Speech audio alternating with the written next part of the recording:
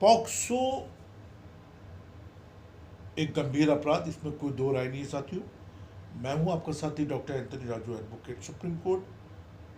और बहुत सारे सवालों को जिनको मैंने एक चेन में पिरोया है, और इससे पहले कि मैं इन सब सवालों का आपको जवाब दूं, मैं आपसे सिर्फ यही रिक्वेस्ट करता हूं हमेशा कि प्लीज़ आप इस चैनल को सब्सक्राइब करें, लाइक करें, कमेंट्स करें, शेयर करें।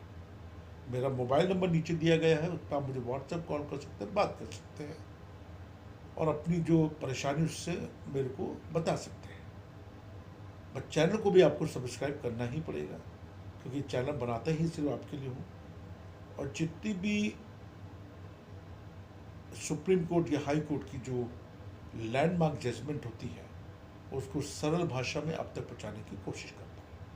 और अभी इस वक्त मैं एक दुबई में हूँ, जहाँ पे मैं कुछ वक्त मुझे मिला, तो मैंने सोचा कि आपसे एक वीडियो के माध्यम से बातचीत करूँ। साथियों, मैंने हमेशा कहा है कि अगर आपने कोई अपराध नहीं करा है तो उससे डरने की जरूरत तो है नहीं, कि जब आपने कोई अपराध करा है तो डर किस बात का। बस 3-4 चीज़ें लाइफ में बहुत इंपॉर्टेंट होती हैं कि अगर आप पॉक्सो जैसे मामले में फंस गए हैं, क्योंकि जो नया कानून अभी आया है इसमें सज़ा बहुत ज़्यादा है, और ये अपने आप में बहुत गंभीर अपराध माना गया है, तो इससे बचना असंभव है। बचना भी संभव है अगर आप झूठे मुकदमे फंसे हैं।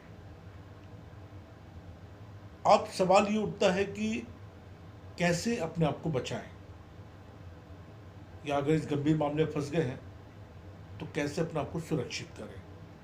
कुछ सवाल जो लोगों ने मेरे से पूछे हैं, मैं उनका ही जवाब आपको देना चाहूँगा इसके माध्यम से, कि पॉक्सो एक्ट के तहत अपराध के लिए निर्धारित उच्चतम सजा क्या है, मतलब मैक्सिमम पनिशमेंट क्या है। पॉक्सो का कौन सा सेक्शन है जिसमें 20 साल तक की सजा है। क्या पॉक्सो के तहत एंटीसिपेटरी बेल मिलती है।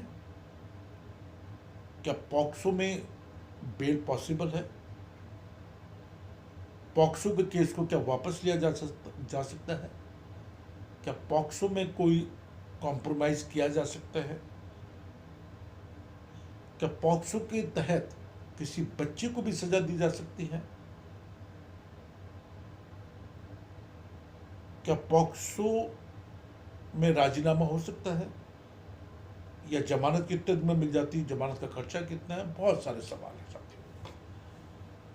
अब सवाल ये उठता है कि सेक्शन 43 पॉक्सो एक्ट कहता है, और उसमें पूरी की पूरी जो जिम्मेदारी सौंपी गई स्टेट्स को कि वो ज़्यादा से ज़्यादा पब्लिसिटी करें कि पॉक्सो एक्ट है क्या। और बड़ी सिंपल सी सवाल है बॉस, कि अगर किसी बच्चे को पता हो कि अगर मैं इस पॉक्स में एक बच्ची के साथ में, या वो खुद भी बच्चा है मान लेते हैं, या किसी एक बच्ची के साथ में सेक्स रिलेशन करता हूँ, तो मुझे भयंकर सजा हो सकती है। तो मुझे नहीं लगता कि वो ऐसी हरकत करेगा। लेकिन क्या है कि कानून की नॉलेज नहीं है, और इस देश के 80% लोगों को कानून की नॉलेज नहीं है। और मैं आपको बताऊं साथियों कि कई बार पुलिस आपको फ़ोन करके बुलाती है, जबकि ये इलीगल है। आपको फ़ोन करके पुलिस नहीं बुला सकती। या तो वो आपके घर आएगी नोटिस लेके, या आपको नोटिस सर्व करेगी, या वो नोटिस में आपको बताएगी कि वो किस कारण से आपको बुला रही है। चाहे वो CRPC 160 का नोटिस हो या CRPC 41A का नोटिस हो, उसको क्लियर करना पड़ेगा। उसमें पूरा डिटेल लिखना पड़ेगा कि वो किस वजह से आपको बुला रही है, और उसमें क्या प्रावधान है, क्या सज़ा है, क्या है, मतलब सारा डिटेल उसमें देना पड़ेगा, जो आमतौर से देखा गया कि पुलिस नहीं करती है और धमकी देती है। तो इस सब चीज़ों डरने की ज़रूरत नहीं। और मैंने हमेशा कहा है कि अगर आपने कोई अपराध करा नहीं तो डर किस बात का। लेकिन साथ साथ आपको अपने आप को बचाना भी है। अब कैसे बचाएंगे, देखिए इसके बड़ी सिंपल सी ग्रीन लाइन है कि अगर आपको लगता है कि आपको किसी ऐसे गंभीर मामले फंस गए हैं, तो हमेशा आपको एक अच्छे एडवोकेट से सलाह मशवरा करना चाहिए। अपनी चार्जशीट पे काम करें, अपने FIR पे काम करें, और जो भी एडवोकेट, मान्य अधिवक्तागण हैं, जो भी अच्छे एडवोकेट आपने करा है, उससे बातचीत करें, उसकी सलाह पे चलें, और भी किसी सेकेंडरी एडवाइस किसी की ले सकते हैं आप, तो उसको गंभीरता से लें, क्योंकि गंभीर सजाएं हैं पॉक्सो में साथियों। और आज के दिन में मैंने जो बहुत सारे केसेस में कर रहा हूँ, और ज़्यादातर केसेस में मैंने देखा है कि ये आपसी रंजिश के कारण गड़े गए हैं, मारे गए हैं।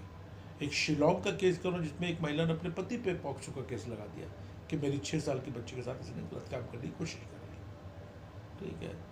और बैंगलोर का मैं एक केस कर रहा हूँ, एक मैं यूपी का केस कर रहा हूँ, एक इनफैक्ट दिल्ली का केस कर रहा हूँ। एक लुनेटिक बच्चा, उसके ऊपर एक महिला ने अपनी बच्ची के साथ गलत काम करने का एक मुकदमा उसके खिलाफ दर्ज कर दिया। तो ये अपना आप में गंभीर अपराध है, इससे बचना चाहिए हमें। और मैं हमेशा आपके साथ खड़ा हूँ, आपके दुख मुसीबत में अगर मैं आपकी कुछ सेवा कर पाया तो मेरे लिए बड़ी खुशी की बात होगी। जय हिंद, जय भारत।